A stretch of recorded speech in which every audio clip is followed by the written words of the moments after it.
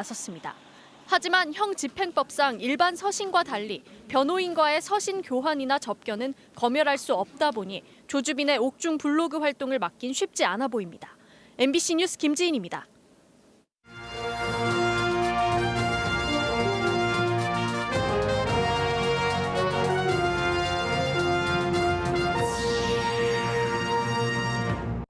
충북기자협회가 의뢰한 여론조사에서 김영환 국민의힘 도지사 후보가 노영민 더불어민주당 후보를 오차 범위 밖에서 앞서는 것으로 나타났습니다.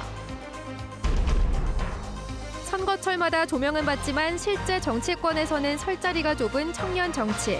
청년 정치란 무엇이고 과제는 무엇인지 기획보도로 짚어봅니다. 전현직 시장과 무소속 후보들이 대거 출마한 충주시장 선거. 토론회와 연설회를 통해 한치 양보 없는 격전을 벌였습니다. 시청자 여러분 안녕하십니까? 계속해서 충북 소식입니다. 6일 지방선거가 열흘도 채 남지 않은 가운데 충북기자협회가 유권자의 표심을 살펴보는 여론조사를 실시했습니다. 충북도지사는 국민의힘 김영환 후보가 더불어민주당 노영민 후보를 오차 범위 밖에서 앞서는 것으로 나타났습니다. 김영일 기자입니다. 차기 충북도지사로 누가 가장 적합한지 물어봤습니다. 더불어민주당 노영민 후보 38.2%, 국민의힘 김영환 후보 52.3%로 나타났습니다. 두 후보 간 격차는 14.1%포인트, 김 후보가 오차 범위 밖에서 앞서고 있습니다. 지지 후보가 없거나 기타 다른 후보, 모르겠다는 부동층은 9.5%였습니다. 이번엔 두 후보의 지지층을 분석해봤습니다. 남성과 여성 모두 김영환 후보에 대한 지지율이 높았습니다. 특히 남성의 경우 김 후보가 54% 가까운 지지를 받았습니다. 연령대별로는 두 후보에 대한 선호도가 엇갈렸습니다. 노영민 후보는 30살 미만과 40대에서, 김영환 후보는 30대와 50대 이상에서 더 높은 지지를 받았습니다. 지역별로는 모든 권역에서 국민의힘 김영환 후보가 49% 넘는 지지를 얻었습니다. 다만 동남 4군에선 두 후보의 격차가 가장 적었고 청주권에선 격차가 가장 크게 벌어졌습니다. 지지 후보와 관계없이 당선 가능성은 노영민 후보가 36.3%, 김영환 후보가 57.8%를 기록했습니다.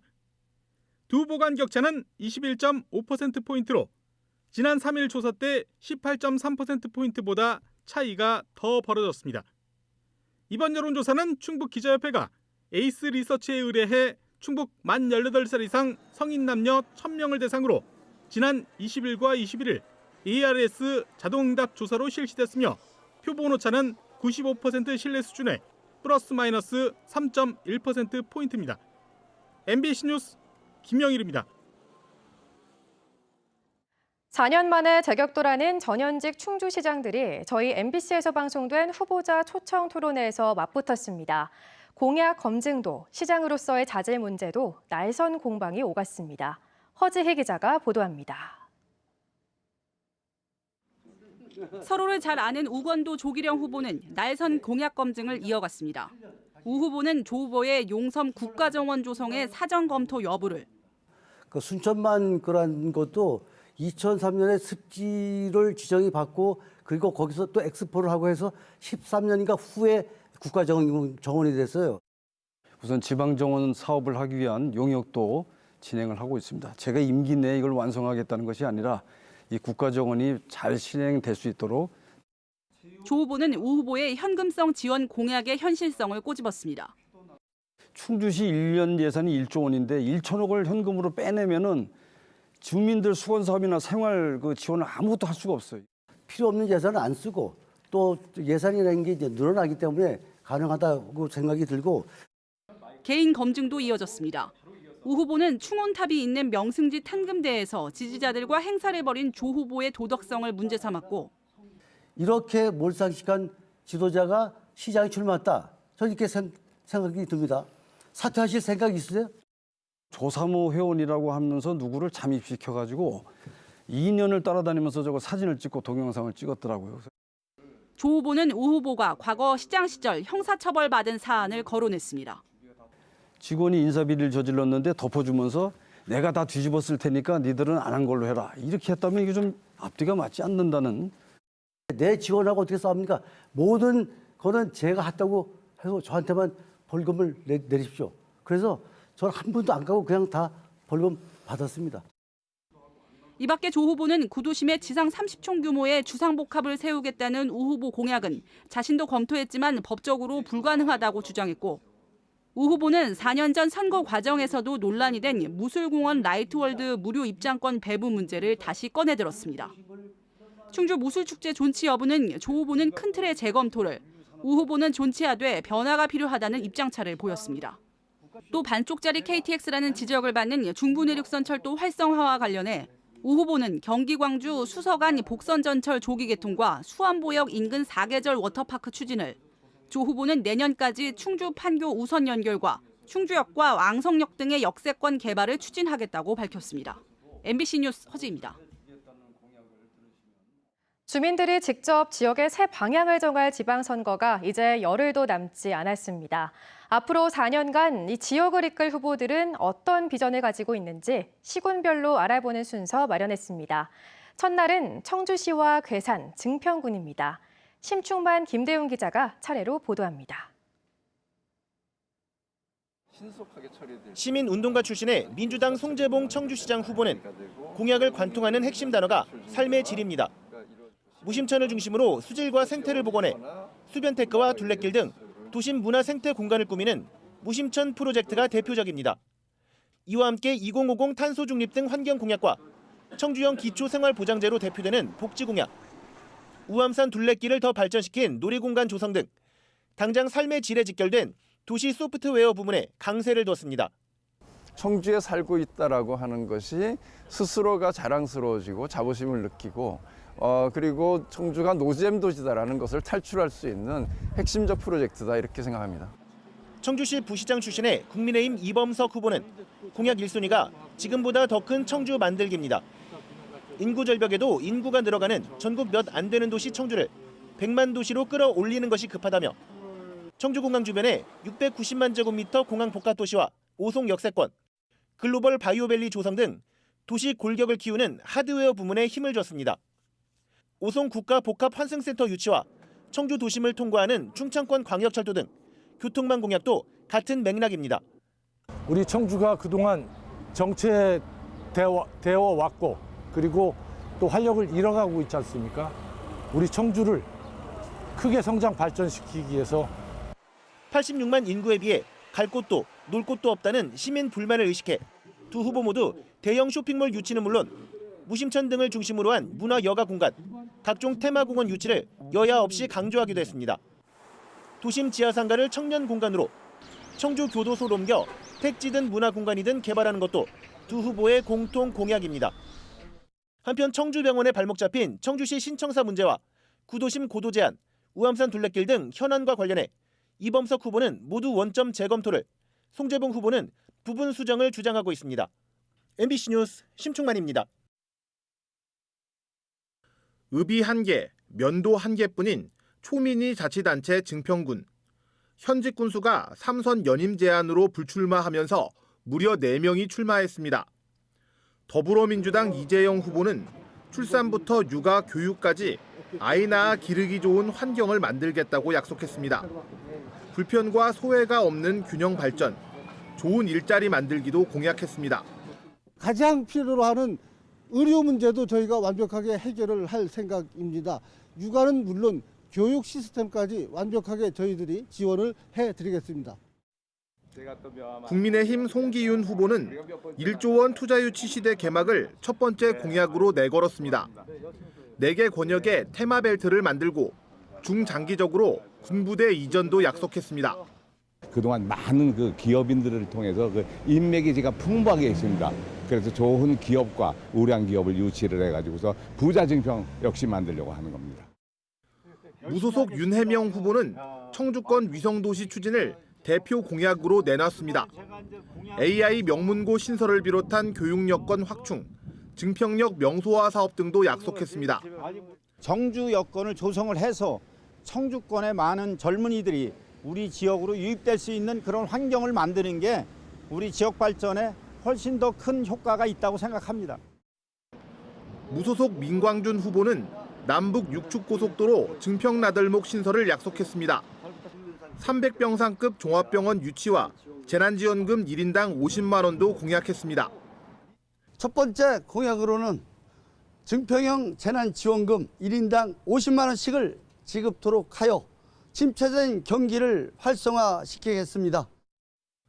4년 만에 두 후보가 다시 대결을 펼치는 괴산군. 두 후보 모두 농업 정책을 강조했습니다. 더불어민주당 이차영 후보는 농특산물 판로 확대와 농업인 공익수당 120만 원으로 증액, 또 시스템 반도체 클러스터 구축을 공약으로 내세웠습니다. 괴산군 예산 1조 원 시대, 인구 5만 시대를 반드시 열어가도록 하겠습니다. 일자리를 만들고 정주 여건을 만들어서 국민의힘 송인원 후보는 공동 마케팅으로 농업 판로 확대와 객실 1000개 규모 리조트 건설, 지역 명문고 육성을 위한 강사 초빙을 공약했습니다. 저는 군수가 되면 장사꾼이 될 겁니다. 농사진 거를 어떻게든지 높은 가격으로 판매를 해서 부가가치를 올려서 농가 소득을 올리겠다는 말씀을 드리겠습니다. 이차영 후보는 괴산 메가폴리스 산단 추진을 통한 산업경제 활성화를, 송인원 후보는 청정 괴산 훼손 문제를 들어 원점 재검토를 내세워 극명한 차이점을 보였습니다. 후보들이 낸 공약은 중앙선관위 홈페이지와 선거 공보물 등을 통해 자세하게 확인할 수 있습니다. MBC 뉴스 김대웅입니다.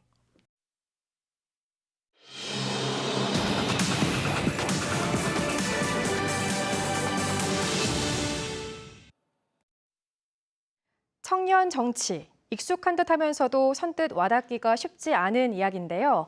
선거철이면 어김없이 조명받는 이 청년 정치란 대체 무엇일까요? 6일 지방선거를 앞두고 저희 MBC 충북은 세명대학교 저널리즘 스쿨 대학원과 이 청년 정치에 대한 기획 보도를 마련했습니다. 첫 순서로 청년 정치를 주목하는 이유, 이지연 기자와 세명대 단비뉴스 기자가 함께 취재했습니다. 혹시 88만 원 세대라고 들어보셨습니까?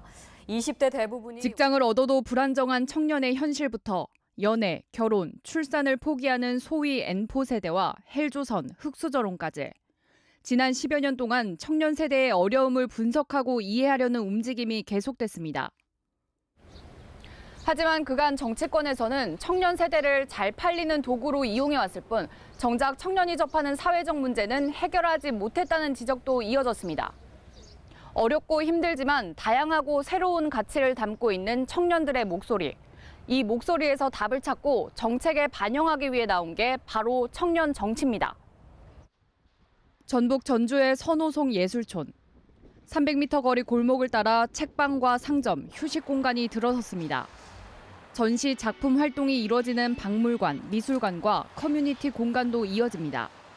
불과 4년 전까지도 불법 성매매가 이뤄지던 선미촌의 현재 모습입니다. 도시재생 사업을 추진하며 성매매 업소를 없앤 겁니다. 업주의 반대에 부딪히며 탈바꿈할 수 있을지 의심하는 시선도 있었지만 성착취 피해자의 자활을 돕는 지원 조례가 제정되며 빠른 속도로 모습을 바꿨습니다. 업소가 없어지며 생활과 주거 문제에 내몰린 종사자들을 돕고 원하는 교육을 받을 수 있도록 1년 동안 한시적으로 비용도 지원했습니다. 당시 조례를 대표 발의한 건 30대의 선한희 전주시의원. 여성 청년으로 비례대표 1번을 받아 의회에 입성하면서 기성 정치인이 제시하지 못한 답을 찾아냈습니다. 대부분이 제 나이 또래였고 그분들이 이곳까지 유입되는 경로가 대부분 가정폭력이나 친인척의 성폭행 아니면 아주 어려운 생활고였어요. 성매매가 왜 나쁜 건지 그리고 여기에서 이 정비하는 과정들이 얼마나 힘들었던 과정들을 거친 건지 이런 인권과 성평등 교육의 장소로 사람들이 기억하고 많이 온다면 2018년 지방선거에서 만 25살의 나이로 당선된 조민경 인천 연수구 의원은 육아휴직 아빠들을 지원하는 조례를 만들었습니다. 남성 육아휴직자에게 6개월 동안 매달 50만 원씩 지급해 공동 육아를 장려하고 있습니다. 평균 연령 35세로 젊은 부부가 많은 지역에서 출산 후 경력 단절을 호소하는 사례를 자주 접하며 해결책을 고민하다 육아휴직 등 복지 제도를 장려하는 공무원 집단에서는 상대적으로 출생률이 높은 점에서 착안해 지원 조례를 대표 발의했습니다. 앞서 서울 서초구에서 전국 최초로 남성 육아휴직 지원 조례를 만들었지만 예산 문제로 실제 지원하지 못하는 것을 보고 발의 전부터 집행부를 설득하는 데 집중했습니다. 사실 남자들도 쓸 수 있는데 제도적으로는 쓸 수 있는데 주저하는 것들이 있잖아요. 그래서 우리 사회가 앞으로 아버지들이 공동 육아를 하는데 더 힘써야 되겠다. 집행부하고 협의하는 데 있어서 조례만 만들고 끝나는 게 아니라 이게 만들어진 그 다음 연도부터는 반드시 그 예산이 세워져야 된다. 지방선거에 출마할 수 있는 피선거권 연령 기준이 만 25세에서 18살로 낮아지고 청년 할당 비율도 늘었지만 우리나라 정치권의 청년 대표성은 사실상 꼴찌입니다. 2018 국제의원연맹 보고서에 따르면 우리나라의 40세 미만 청년 국회의원 비중은 150개국 가운데 143위에 불과했고 제21대 국회의원 선거 기준 2030 유권자는 1,379만 명으로 전체 유권자의 31%를 차지했지만 국회에 입성한 청년 정치인은 13명에 그쳤습니다. 실제로 우리 정치라고 하는 것들이 청년이라고 해서 무조건 정치를 잘하는 것은 아니겠지만 청년들이 직접 겪는 문제들을 자기들의 시각을 담아서 정책으로 만들어낼 수 있는 그런 부분이 있는 것이고요. 또 하나는 청년들이 생각하는 어떤 정치의 모습 그리고 기대하는 것들 이런 것들을 청년의 시각으로 풀어보자.